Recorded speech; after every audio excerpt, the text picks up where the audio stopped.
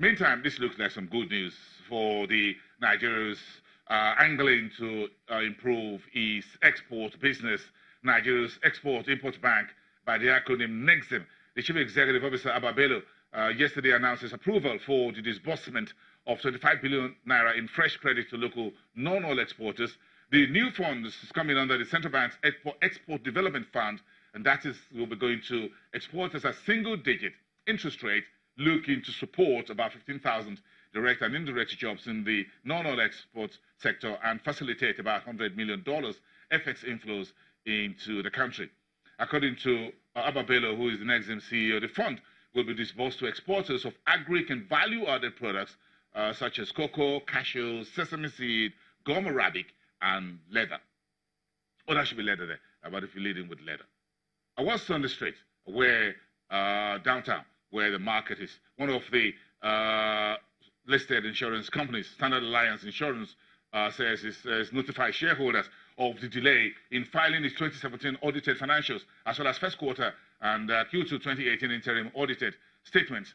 The announcement by this insurer, small cap insurer, says its 2017 financials, however, already with the sector regulator, NICOM, that is already there before submission to the Nigerian Stock Exchange, give or take, by October the 17th. So if you're looking forward to Standard Alliance full year 2017 and Q1 and Q2 numbers, you're not likely to get any of those financial statements until most likely October the 17th delivery date.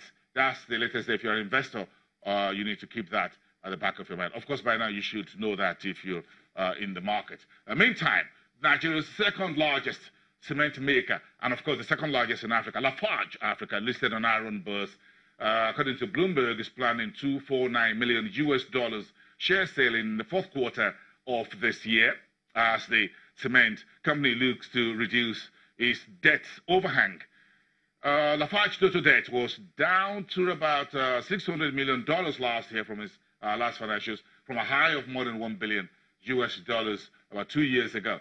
The company is raised some $30 billion in rights offering late last year, which was largely subscribed by the parent company, Lafarge Holcim of Switzerland. And that's about what we got there for you as far as the trading and the market is. We'll look at the stock market very quickly, and this is where the trading week looks very interesting. We had a comeback yesterday about 0.22%, but we still have a month-to-date and year-to-date in the negative territory. But that was a positive Thursday, but it's a baby step. So I'm not going to bring out the clinker glasses on that. Flip that over and look at the volume, and that's where you see where my appetite is not so strong. 171.2 million in terms of volume. That's quite lackluster, down by almost 50% on our midweek transaction volume. If you look at the sectors, banking sector, almost everyone contributed to yesterday's gentle recovery. Baby step of Thursday, 0.77 on the banking index. Consumer space, 0.19%. Industrial goods, almost by the same margin. Insurance was much bigger, by about 0.75%. Oil and gas, about 0.12%. On the day, Owando reported its earnings as well as Mobile. Okay, that's how the stocks. Owando got a green yesterday, 1.04% on those earnings. Turnover up by 11.9% year on year. Group gross profit, 53% to the north. Profit after tax, 86%. Owando said this was largely due to increase in realized crude selling price, averaging $69.87 for the period under review in the first half of 2018. Let's take this to the analyst community, where Olalekan Labode, who is the head of research at Vetiva Capital Management, is joining us via Skype for just a few conversations. It's been an interesting week, Leko, and it's good to see you again after the MPC on Tuesday. So it's been very interesting. We started the week with a lot of politics, of course. Defections, disaffections, a comeback, U-turn, whatever. Inflation number came in on Monday. MPC was there, earnings was there. What's the message of the markets for you in the week, the final full trading week in July? Yeah, good morning. It's actually great to be here. Just as you mentioned, this week had been very active. there's been a lot of news coming into the market that has actually been able to support the market. When you look at the trading sentiment in the market this week, it's been quite mixed. We opened in the green on Monday. We traded negatively on Tuesday and Wednesday, and yesterday we got back into the green.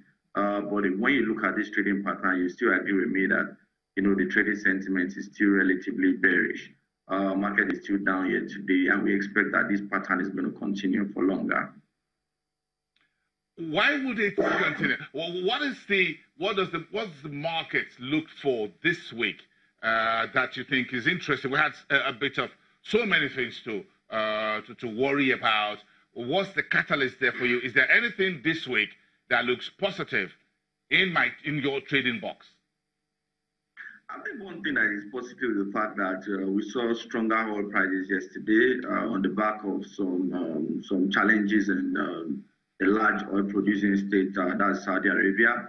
Apart from that, also the fact that it's earnings season, just as you mentioned, a lot of companies have started releasing their results, and definitely what you see about earnings season, that it comes with its own increased activity. Yes, the volume of value traded, for example, came in at about 3 billion yesterday.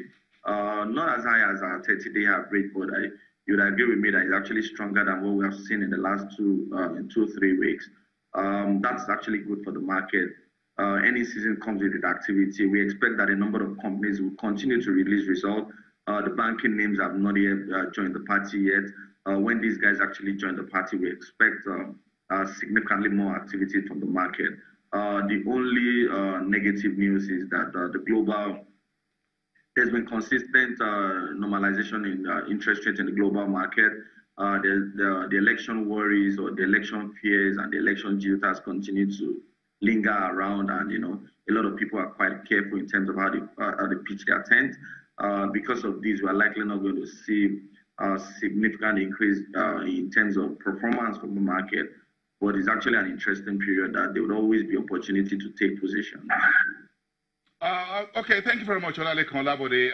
It's good to have your voice wrapping up the week. The next Friday will be the 1st in August. Enjoy your weekend and see you again.